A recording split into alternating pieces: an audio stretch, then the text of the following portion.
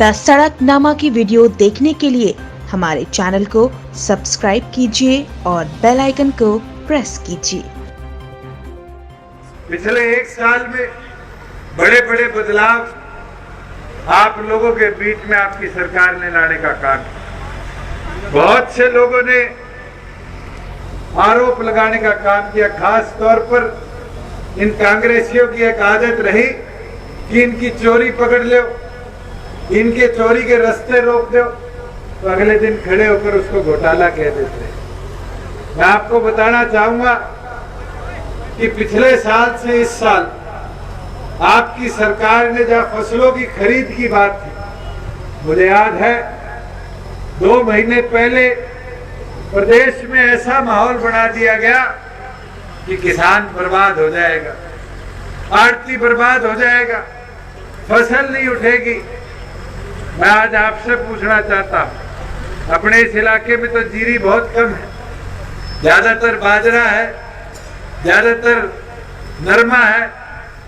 आज के दिन हरियाणा के इतिहास में पहली बार हुआ है कि जहां जीरी प्रोक्योर करी जाती थी, आपकी सरकार ने नरमा भी खरीदा। और बाजरा तो इतिहास में पहली बार है। आज आपके पड़ोस में राजस्थान लगता है, मेरे ख्याल से राजस्थान में एक दाना बाजरे का सरकारी रेट पे नहीं खरीदा गया।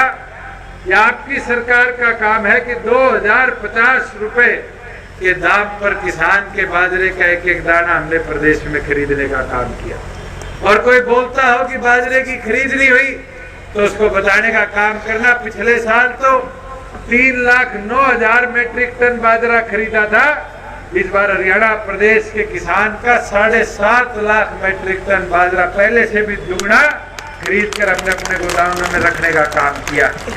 साथियों, आज मूंग दाल हो, मक्का हो, और तो और हमारे प्रदेश के इतिहास में कभी मूंगफली नहीं खरीदी गई थी। इस बार पहली बार है कि हमने 5 नई मंडियां निर्धारित कर किसान की मूंगफली तक खरीदने का काम किया।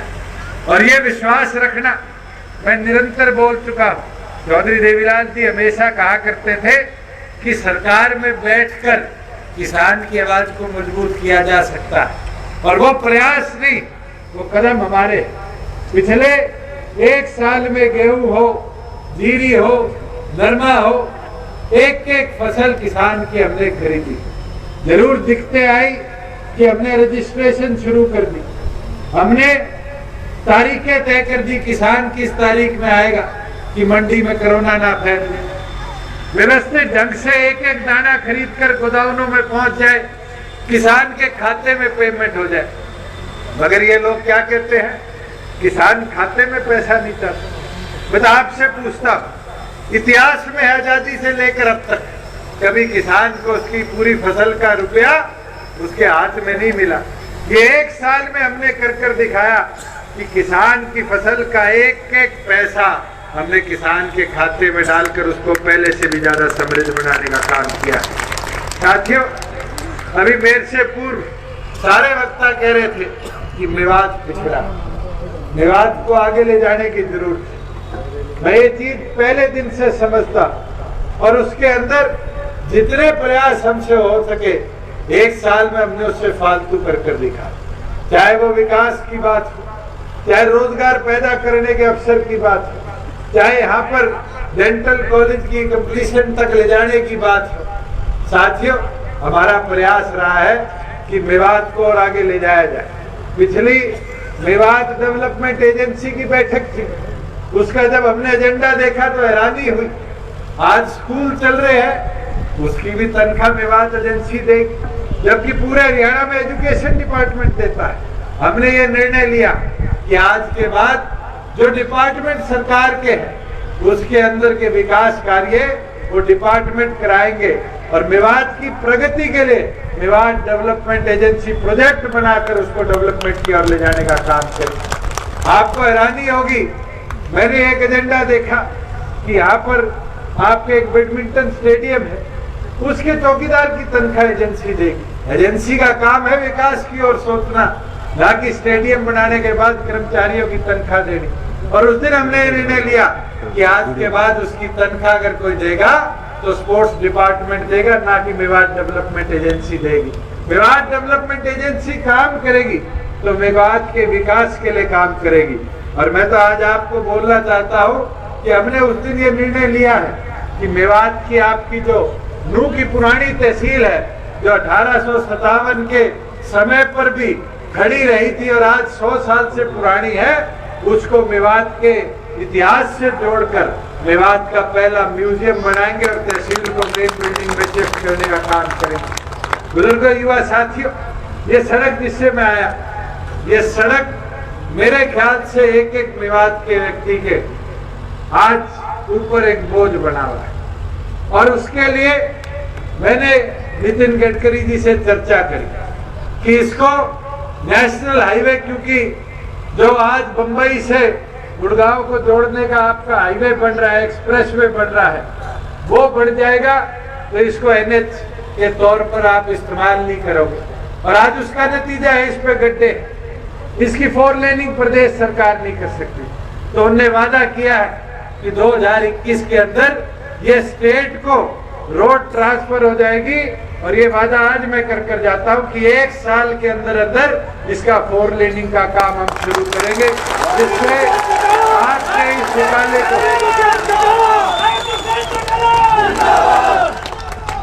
और इस इलाके के विकास के अंदर एक अहम भूमिका ये बनाने का काम करेंगे। अभी मेरे से पूर्व वक्ताओं ने कहा कि उस एक्सप्रेसवे पे कट नहीं है। मैं आप लोगों से आग्रह करूंगा कि जो major district road, state highway उस हाईवे पर लगते हैं, उसको जरूर मेरे तक पहुंचाए कि हम चर्चा कर नेशनल हाईवे से आपके इस एक्सप्रेसवे में भी कट बनाने का काम करेंगे। साथियों, जहाँ रोजगार की बात है, मैंने जब हरियाणा सरकार के अंदर ये जिम्मेवारी संभाली तो सबसे पहले HSIDC की मीटिंग में आपका IMT बिल उठाने का काम। अभी तैयब जी कह रहे थे हमारी जमीन ली मगर वहाँ विकास कार्य नहीं हुआ। मैंने पहली कंपनी जो मेरे पास हरियाणा के अंदर उद्योग लगाने आई, वो दुनिया की सबसे बड़ी बैटरी बनाने वाली कंपनी थी ATL।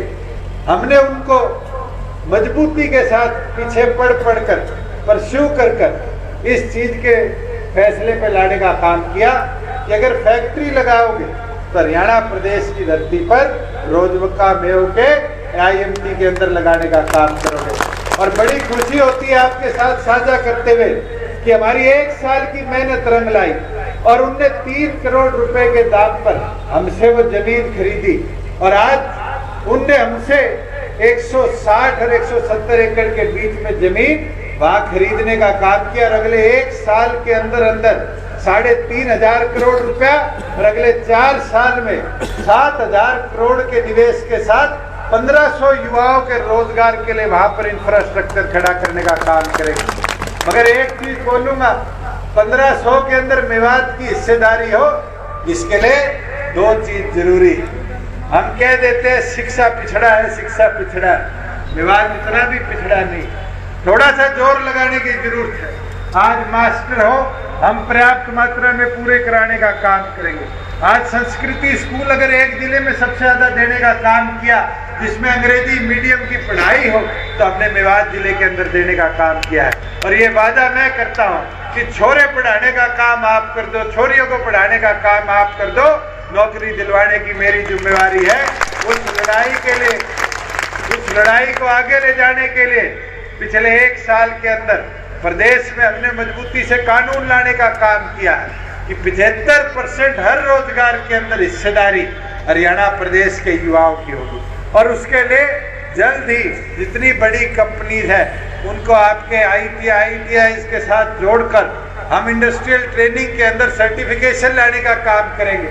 विश्वकर्मा स्किल यूनिवर्सिटी के साथ जुड़कर स्कूलों में स्किलिंग के प्रयास करेंगे, जिससे गांव से लेकर सीधा फैक्ट्री जाने का रास्ता हम बनाने का काम करें। और धीरे धीरे देखना, ये वादा मेरा है, 5 साल के अंदर आपके इस रोजगार मेव के IMT को हरियाणा प्रदेश का सबसे समृद्ध IMT, सबसे खुशहाल IMT बनाने का हम काम करेंगे। जहाँ साथियों हम देखते थे युवा साथी मेवात से एक्सटेट का पेपर देने सिरसा जाया करते थे, यमुनानगर जाया करते थे।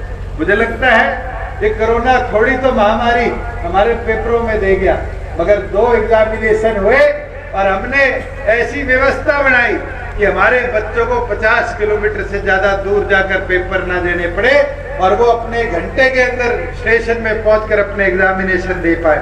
साथियों, जहाँ रिजर्वेशन की बात थी, आज बैकवर्ड पंचायती भी, और उसके अंदर कहीं ना कहीं बैकवर्ड की हिस्सेदारी नहीं बढ़ती थी। ये आपकी सरकार ने मजबूती के साथ निर्णय लिया कि हरियाणा प्रदेश की प्रत्येक ब्लॉक के अंदर 8% हिस्सेदारी बैकवर्ड ए की रिजर्वेशन के माध्यम से लेनी पड़ी। महिलाओं को ताकत देने के लिए मेवात में तो जरूर इसके अंदर खुशी नहीं आएगी। तैयब जी, मंत्री जी मेरे को कह रहे थे कि आप ये टॉपिक मत छेड़ना, मगर मुझे याद है 5 साल पहले जब महिला को शिक्षित बनाने की बात आई थी, तब भी कई लोगों ने कहा कि मेवात में शिक्षित महिला सरपंच नहीं मिलेगी, पर एक गांव में शिक्षित महिला सरपंच मिली, गांव का विकास हुआ। और आने वाले चुनावों के अंदर हम 50% महिलाओं को लेकर आएंगे, जिससे कहीं ना कहीं हमारे ग्रामीण अंचल के अंदर भी देखिए जो भेदभाव है इसकी दूरी हो और बराबर हिस्सेदारी के साथ विकास कार्य हम कराने का काम करें। साथियों, हम देखते हैं गांव के सरपंच और आपके मेवात की तो सबसे ज्यादा कंप्लेंट आती है कि हमारे सरपंच ने घोटाला कर दिया, गड़बड़ कर दी, इंक्वायरी कर उनको सस्पेंड कर दिया जाता है। और उसके लिए चौधरी देवीलाल जी का एक सपना था कि अगर कोई व्यक्ति जो जिम्मेवार व्यक्ति है चुनाव जीतकर उसको एक जिम्मेवारी दी जाती है, वो नहीं निभा सकता, तो वोटर के पास ये ताकत होनी चाहिए कि उसको वापस हटाने का काम करे। और इसलिए हमने इस विधानसभा सेशन के अंदर ये कानून लाने का काम किया कि हरियाणा प्रदेश के अंदर अगर कोई पंचायत का सरपंच, ब्लॉक समिति का मेंबर या जिला परिषद का मेंबर अपने वोटर्स के दिल के अंदर जो काम है उनको पूरा ना करवा पाए, अपने क्षेत्र का सामान्य विकास ना करा पाए, अपने एक लिमिटेड एरिया का विकास कराए, तो फिर 2/3 वोटर वोट डालकर उसको उस पद से हटाकर नए सरपंच को चुनने का काम कर सकते हैं। साथियों, मैं तो आपको एक चीज और बोलना चाहूंगा कि आपकी एक बहुत लंबे समय से मांग है, नगीना को एक तहसील का स्वरूप दिया है और मेरे ख्याल से आज आपको 30-30 किलोमीटर 20-20 किलोमीटर जाना पड़ता है कि आपके काम समय पर हो जाए। और क्षेत्रफल के हिसाब से भी, जनसंख्या के हिसाब से भी, जहाँ एक तहसील बनाने के लिए आज हमें 60-65 हज़ार की जनसंख्या चाहिए, आपके यहाँ पर 1,42,000 की जनसंख्या के बावजूद भी वर्षों से यहाँ पर आपके कोई तहसील नहीं बन पाई। मगर ये वादा मैं आपसे करता हूँ, तहसील तो छोटी है, आज नगीना को हम सब डिवीजन बनाने का काम करेंगे, जिससे आपको अपने विकास कार्यों के लिए ज्यादा दूर नहीं जाना पड़ेगा। साथियों, जहाँ पेयजल की बात है, पीने के पानी की समस्या बहुत बड़ी समस्या मेवात है। और मेरे ख्याल से जब मैं जननायक जनता पार्टी बनाने के बाद पहली बार आया तो 3 समस्या मेरे संज्ञान में आई। पहली यहाँ पानी की समस्या, दूसरी थी नौकरी की समस्या और तीसरी थी ड्राइविंग लाइसेंस की समस्या। तीन ही थी। ड्राइविंग लाइसेंस की समस्या के लिए बारी बारी उठाया जाता था कि 8वीं पास लगा दिया गया, और मेवात के अंदर तो ड्राइवर जो है वो आज बेरोजगार हो जाएंगे। हमने निरंतर पीछे पड़कर केंद्र सरकार से लड़ाई भी लड़ी और उसका नतीजा आया कि केंद्र सरकार ने ड्राइविंग लाइसेंस पे जो शिक्षा का एक रोक था उसको हटाकर, उसको दूर कर आप लोगों के लिए ड्राइविंग लाइसेंस की सुविधा चलाई। मगर एक समस्या जरूर आ रही है कि कई ड्राइविंग लाइसेंस जो है उसके लिए ट्रेनिंग सर्टिफिकेशन की जरूरत है और पिछली गई। और उस दिन हमने ये निर्णय लिया कि अब जो ट्रेनिंग का परमिट बनता है उसके लिए आज यहाँ मेवात के अंदर उतनी व्यवस्था नहीं है, पर हरियाणा प्रदेश के किसी भी इंस्टीट्यूट में अगर आप लोग ट्रेनिंग लेकर आएंगे तो रातों रात आपके ड्राइविंग लाइसेंस की परमिशन को मंजूर कर आपको लाइसेंस देने का काम करेंगे। अब जो तीसरी मुख्य समस्या थी वो थी पानी की, और पिछले साल सारे हमारे पदाधिकारी एकत्रित होकर आए कि ड्रेन में पानी छुड़वा दो, ड्रेन में पानी छुड़वा दो, तो हम सिंचाई कर लेंगे, वाटर वर्क्स भर लेंगे। एक वादा आपको जरूर करता हूँ निरंतर मैं भी कि किस तरीके से आपके इस पानी की समस्या को मिलाया जाए, और जो आपके 55 गांव की समस्या है इसके लिए हमारी सरकार ने लगभग 150 करोड़ से ऊपर का एक पहुंचाने का काम करेंगे। साथियों, जहां यहाँ डेंटल कॉलेज के निर्माण की बात है, मैं आपको बताना चाहता हूं कि 135 करोड़ की लागत से आपके यहाँ पर जो डेंटल कॉलेज का निर्माण है उसको जल्द शुरू कर दिया जाएगा। 1 साल के अंदर बारी बारी सड़कों की टूटे होने की हमारे पास मांगे आती थी। चौधरी हर्ष कुमार जी भी कह रहे थे कि हथीन से जुड़ने वाली सड़क भी टूटी हुई है, पुराना से जुड़ने वाली सड़क भी टूटी हुई है, तावड़ू से जुड़ने वाली सड़क भी टूटी हुई है। और आज आपके साथ साझा होती है कि मेवात जिले के अंदर अब तक 413 करोड़ के सड़कों के निर्माण कार्यों को हम मंजूरी दे चुके। आज 227 करोड़ के बिल्डिंग के निर्माण कार्यों को शुरू कर चुके। आज हमने एनसीआरपीबी से 105 करोड़ की नई सड़कें जिनकी वाइडनिंग होनी है, चौड़ा होना है, मंजूर कराने का काम किया है। पर आपके जो नूह से लेकर पलवल तक का स्टेट हाईवे है उसके लिए 96 करोड़ रुपया हमने पिछले दिनों मंजूर करने का काम किया, जिससे यहाँ की कनेक्टिविटी को और बेहतर तरीके। लोग इसको बारी बारी पिछड़ा है कहने कर भेदभाव की भाषा बोलते हैं। मैं तो आपको ये विश्वास दिला सकता हूँ, आपके यहाँ के विधायक बोले ना बोले मगर मेवात की आवाज को आपके कर्मठ साथी जितने आज मंच पर बैठे निरंतर मेरे तक पहुँचाने का काम करते हैं।